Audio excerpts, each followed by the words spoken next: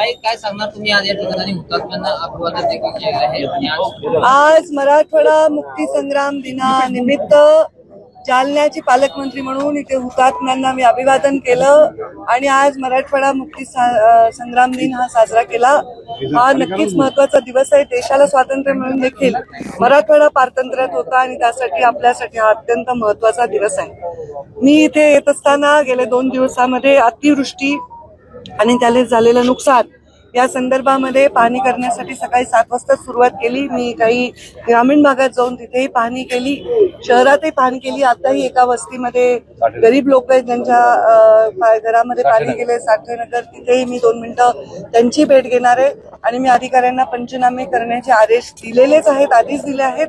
मी त्याची तपासणी केली की त्यांनी काही पंचनामे केले का, अधिकारी बांधावर गेले का वगैरे, तेही माहिती घेतलेली आहे आणि जास्तीत जास्त पंचनामे करून इथे नुकसान झालेल्या लोकांना दिलासा देण्यासाठी चा प्रस्ताव आम्ही संबंधित विभागाला आणि मुख्यमंत्री महोदयांना पाठवला।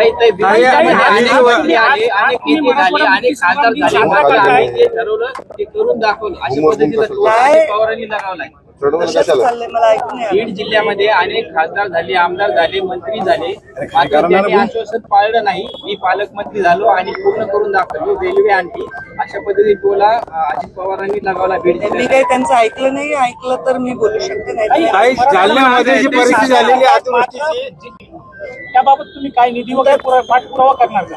मी पाठपुरावा नाही, मला जर कोणी मागितलं तर मी देईन निधी, लगेच देईन।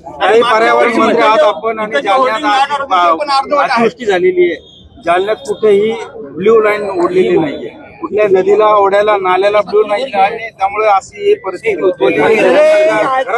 पुराची परिस्थिती आहे, निसर्गाने नदीचे जे पात्र ठेवले होते ते आपण माणसांनी ठेवले नाही। सगळीकडे प्रचंड अतिक्रमण आहे, फक्त जालना नाही, कोणत्याही मोठ्या महानगरापासून ते आतापर्यंत मी बघते प्रचंड ग्रामीण भागातले लोक येतात, गरीब लोक रोजगारासाठी येतात आणि अशा वस्त्या होतात आणि त्या गरिबांच्या घरामध्ये काही राहत नाही परिस्थिती आहे। त्याच्या बाबतीत काहीतरी निर्णय घेणं आवश्यक आहे। ब्लू लाईन, रेड लाईन एवढा मर्यादित विषय पर्यावरण विभागाचा आहे। बाकी मी नगरविकास विभागाशी चर्चा करेन, ग्रामीण विकास विभागाशी चर्चा करेन की नद्यांच्या अतिक्रमणाबद्दल त्यांनी आम्हाला सहकार्य करावं।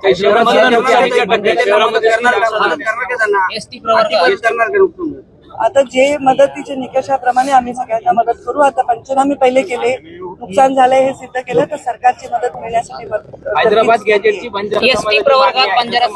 याच्यावर ऑलरेडी बोललेली आहे।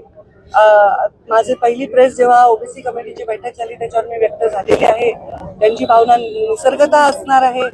जर एक समाज म्हणतोय की हैदराबाद गॅजेट लागू करा तर त्याच्यात ते एसटी मध्ये आहेत तर त्यांची मागणी आहे, तर त्या मागणीबद्दल मी ऑलरेडी सकारात्मक भूमिका दाखवली। पण मी कोण देणार आहे? मी काही सुप्रीम कोर्ट नाही, मी काही केंद्र शासन नाही आणि मी सर्व त्याचं संविधान नाही। संविधानामध्ये जे न्याय आहे ते मिळायला पाहिजे। त्यांची आत्ताची मागणी वर येण्याचं नैसर्गिक कारण आहे हैदराबाद गॅजेट लागू करण्याची मागणी। आदिवासी समाजाने असं कोणी आरक्षण मागत आहे तर आदिवासी विरोध करतात, कोणी ओबीसीत मागत आहे तर ओबीसी विरोध करतात, कोणी जे ऑलरेडी आरक्षणात असणार आहे त्याचं स्वागत करणार नाही निसर्गता। त्यामुळे संविधानात, मी नेहमी सांगते, संविधानाच्या चौकटीमध्ये समाजांना न्याय मिळाला पाहिजे, मग तो गरीब मराठापासूनच बंजारा समाजापर्यंत सर्वांना।